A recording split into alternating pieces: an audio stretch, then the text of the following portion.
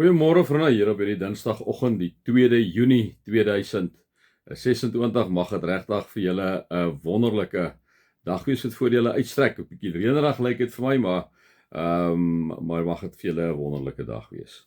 Kom ons raak net so wyle stil vir ons Vader.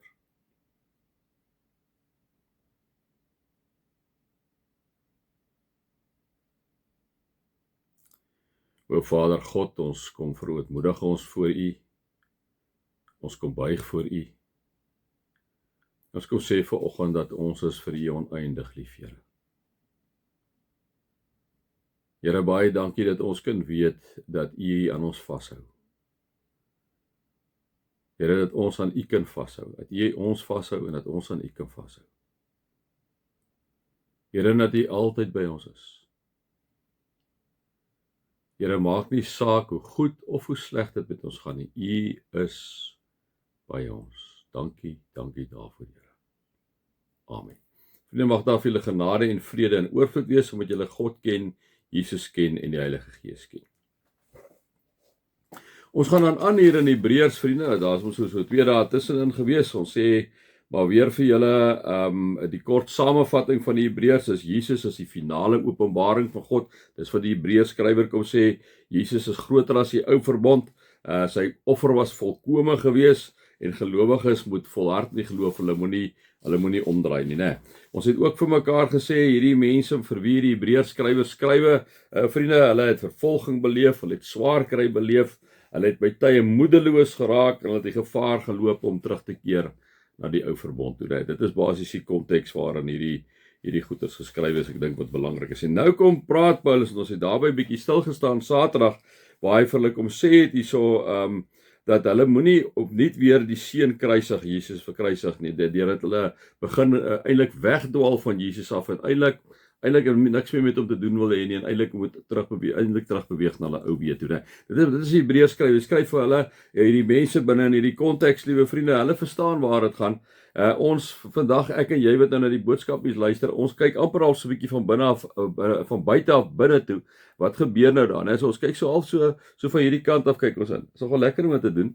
Die gevaar daarvan is as ek en jy net so inkyk en sê ja wel, dit het in 80, 90 van 70, 80, 90 afgespeel.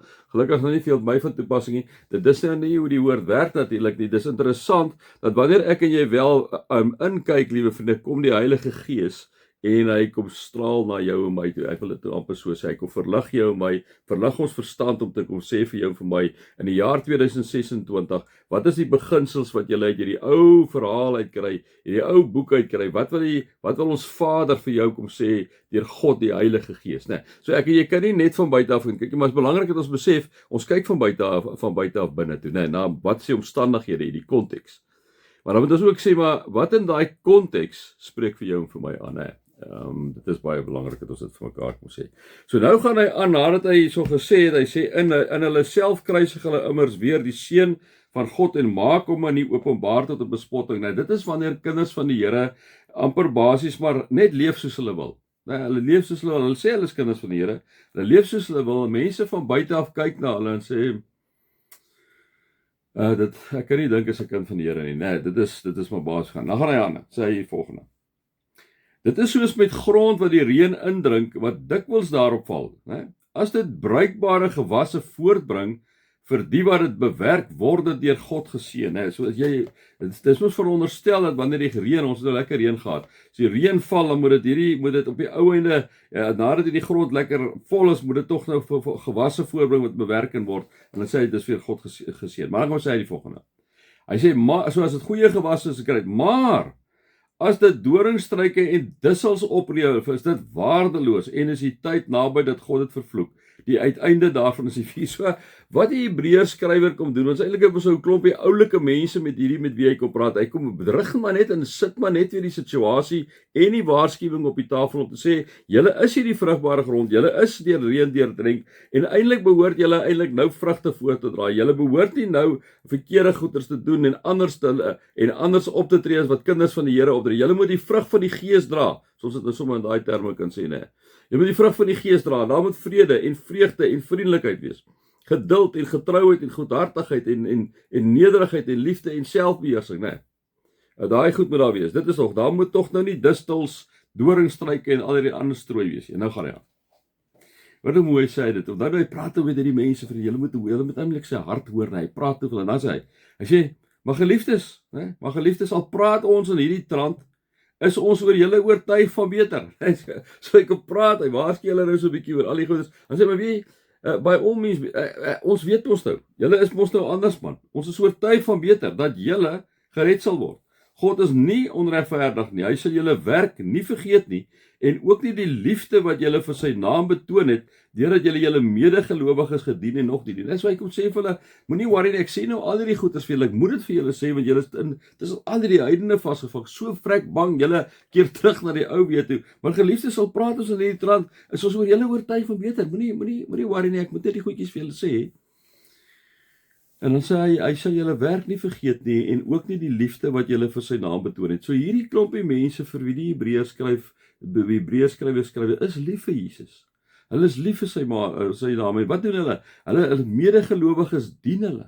Hulle dien hulle medegelowiges. Dit beteken hulle sien om na hulle. Dit beteken wanneer dit swaar gaan, reik hulle uit na hulle. Hy sê, dit is julle. Ek het nou hierdie ander goed, moes ek nou vir julle sê dit op skrif stel, maar julle is anders. Dit is ons vurige wens, sê die Hebreërs skrywer, dat elkeen van julle end uit dieselfde ywer as vroeër in die dag sal hê, totdat die dinge waarop julle hoop vervul sal word. Nee. So hy sê maar net, liewe vriende, ek en jy moet nooit, ons moet nooit lou raak nie. Ons moet altyd voluit vir die Here lewe. En dit is hoekom ek altyd vir julle sê, en ek sê, ons sukkel almal daarmee, ek ingesluit, ons moet die woord bestudeer. Vriende, elke dag, maar jy weet, daar's mos nou klein goedjies wat ons baie keer vir mekaar sê, en dit is so, ons verstaan dit, as ons vir mekaar sê. Ons sê, maar jy hoef hom nie elke dag nie, ek bedoel, die Here is ons nie 'n slawedrywer nie, dis nie waar dit gaan nie, vriende. Jy hoef nie elke dag vir jou vrou, te groet, as jy by die huis kom, jy hoef dit nie te doen nie, jy moet elke derde dag doen. Maar tog doen ons dit nie. Ons het seker goed wat ons nie doen nie, né? Ons sê elke dag vir ons vrou, hulle môre, ons sê elke dag vir ons vrou, of vir ons man, en ons sê nie, ons verlang elke dag na hulle, ne? Maar ons groet hulle toch vriendelik. Gee hulle soentjie op die wang. Ons sê nie, nee man, hulle weet ons nou, en verstaan ons nou, ons is 'n bietjie haastig hier in die oggend en die aand, ons gaan nie eens vir hulle sê nie, vir hulle soentjie, ons net instorm aan ons die deurkom. Nee, wat verstaan? Nee, vriende, dit is maar basiese etiket, ne? Kom ons sê vir mekaar, basiese etiket. En ek moet dit vir myself sê, ek begin by myself, ek sê vir julle, ek sukkel self daarmee, maar vriende, ons kan nie meer net in die lewe instorm, lewe verby, by God verby. Sê, jy sal verstaan, waar gaan ons nie. Ons doen dit dan nie met ons geliefdes nie, hoekom doen ons dit dan met God, nee, en ek weer eens, ek staan eerste in die ry, ek kom praat met myself, wanneer ek oor hierdie goed kom praat, vriende. Dit is my vurige wens, dat elkeen van julle eintlik dieselfde ywer as vroeër in die dag sal hê, totdat die dinge waarop julle hoop vervul is. Julle moet dus nie traag word, en dit is wat ek met myself kan praat, met julle kan praat, vriende, die bly by die woord, kom ons maak nou maar 'n commitment eenvoudig mekaar. Vriende, sien, die ding is, en dit is nou maar my, dis waarmee ek ook nou maar, soos ek kom lekker met julle kan praat, ja, sê ek hou my hoog heilig, ek kry al die goedjies reg, ek kry dit reg, my voete is ook maar verklei. Maar hoekom is dit so? Omdat ek nie dit 'n prioriteit maak nie. As ek my kom kry, vriende, dan het ek nou gou die nuus gekyk op die rekenaar, nee. Maar dis mos nou daai tyd wanneer ek kon, so nie een van julle, nie ek nie, het enigstens 'n verskoning om nie elke dag by die woord uit te kom nie. Nie een van ons.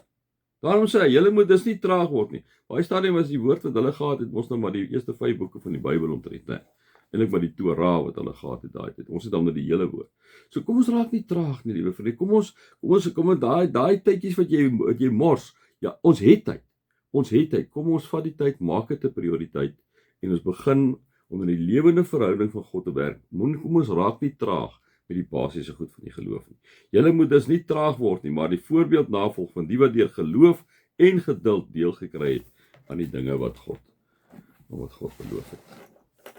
Mag julle God se liefde ervaar, sy genade en sy nabyheid. Amen.